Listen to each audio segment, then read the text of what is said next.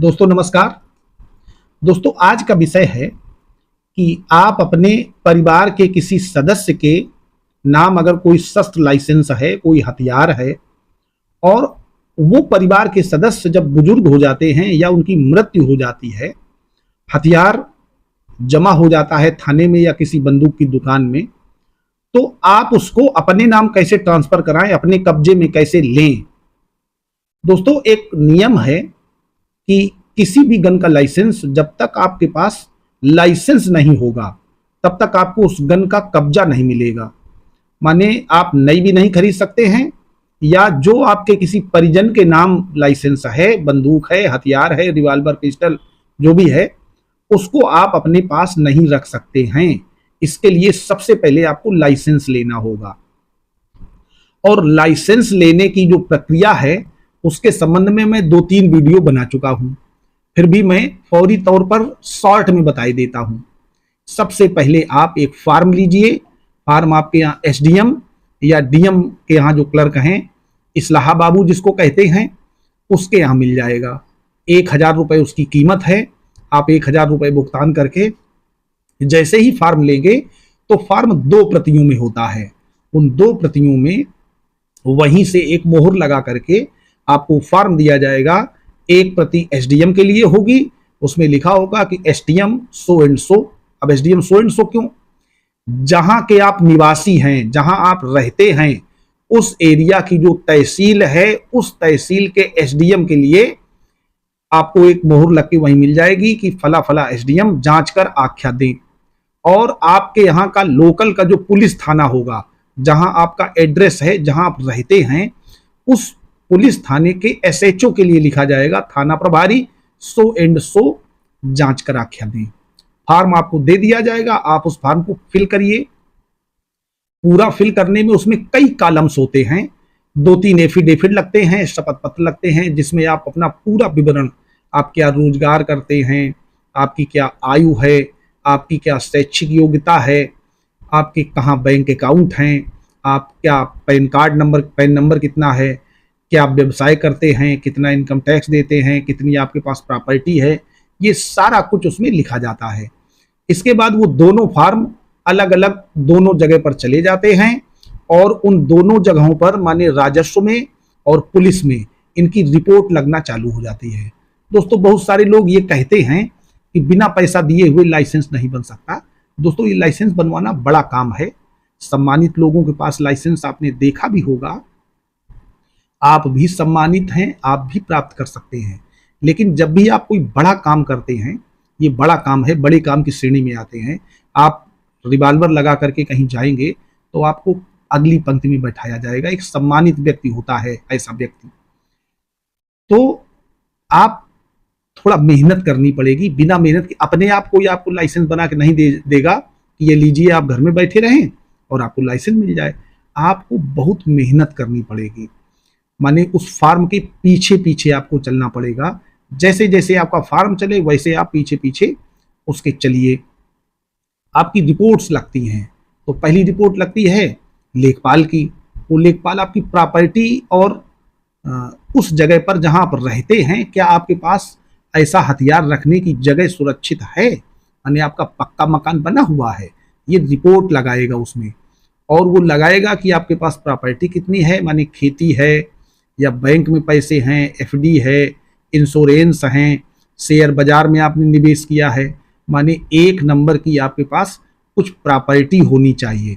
ऐसा नहीं कि आप जुआ खेलते हैं, जुए में आपने बहुत पैसा इकट्ठा कर लिया तो आप कह रहे हैं हमारा लाइसेंस बन जाए। माने आप लीगली 1 नंबर की आपके पास कमाई है और वो दिख रही है, उसको लिखा जाएगा।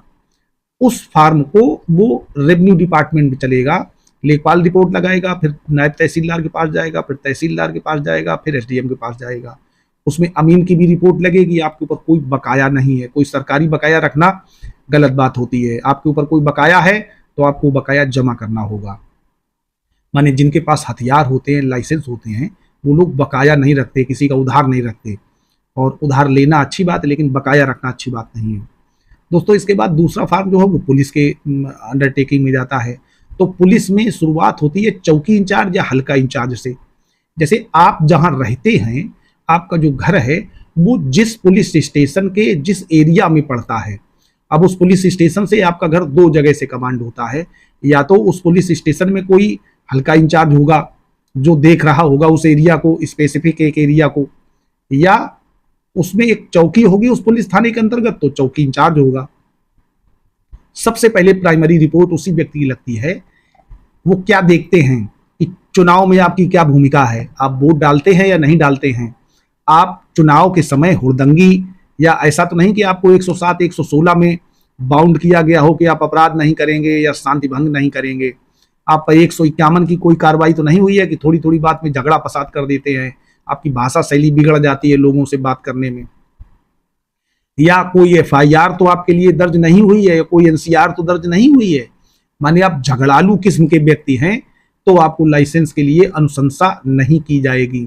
जब ये सारी चीजें देख लेते हैं वो लोग, गांव में भी पता लगाते हैं, पूछते हैं लोगों से कि फला फला व्यक्ति को आप जानते हैं, इनका क्या नेचर है। जैसे कोई व्यक्ति अगर झगड़ालू होता है तो झगड़ा कई लोगों से करता, भले ही एफआईआर न लिखी हो। तो ऐसी सब जानकारी करने के बाद वो रिपोर्ट लगाते हैं। तो अब इसमें क्या है कि आजकल आप जानते हैं कि जब तक आप संपर्क नहीं करेंगे तो आपके निगेटिव ही रिपोर्ट लगा देगा।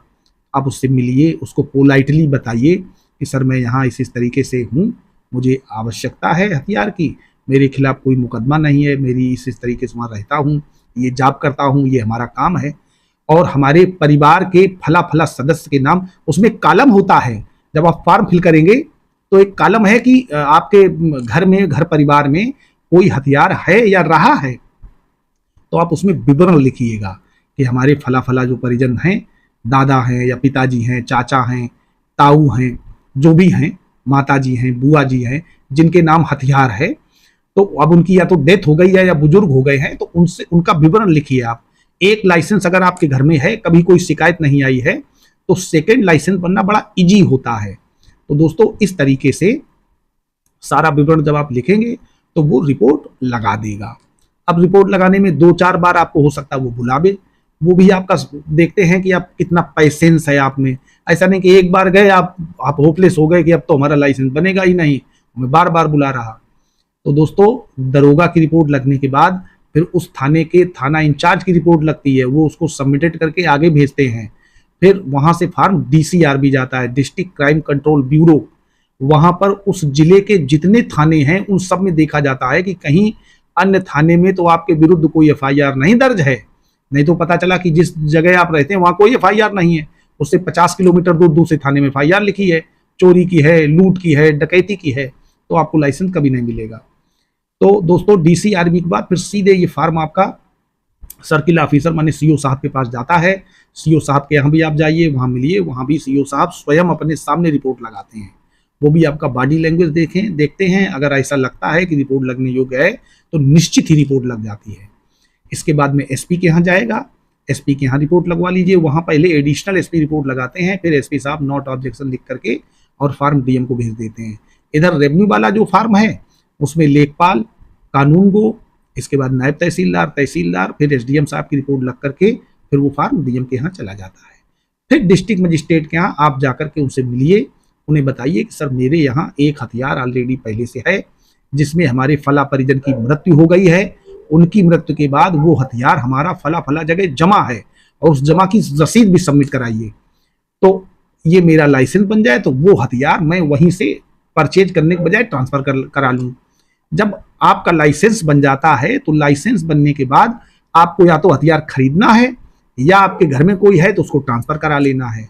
तो आपके अगर कोई परिजन की मृत्यु हो गई है जिनके पास लाइसेंस है, तो और जो भी व्यक्ति आपके घर के सदस्य हैं उनसे आप एक एफिडेविट ले लीजिएगा कि इनको अगर ये लाइसेंस दे दिया जाए तो हमें कोई आपत्ति नहीं है। वो लाइसेंस वहां से रिलीज हो जाएगा, आपकी एक डायरी बन जाएगी, डायरी में मेंशन कर दिया जाएगा। तो इस तरह से आप गन का लाइसेंस अपने नाम ले सकते हैं और उसी गन को अपने नाम ट्रांसफर करा सकते हैं। दोस्तों बहुत लोगों की क्वेरी थी कि इस संबंध में एक वीडियो बना दिया जाए, बहुत ही बेहतर तरीके से मैंने समझाने का प्रयास किया है। अगर वीडियो अच्छा लगा हो तो दोस्तों वीडियो को लाइक कर दें और अपने दोस्तों को अधिक से अधिक शेयर करें, और अगर चैनल पर नए हैं तो हमारे चैनल को सब्सक्राइब करें। और अगर आपको इसके बारे में कुछ पूछना है तो एक बार कमेंट्स करें, मैं प्रयास करूंगा कि आपके लिए उस संबंध में भी एक वीडियो बना करके लाऊं। धन्यवाद।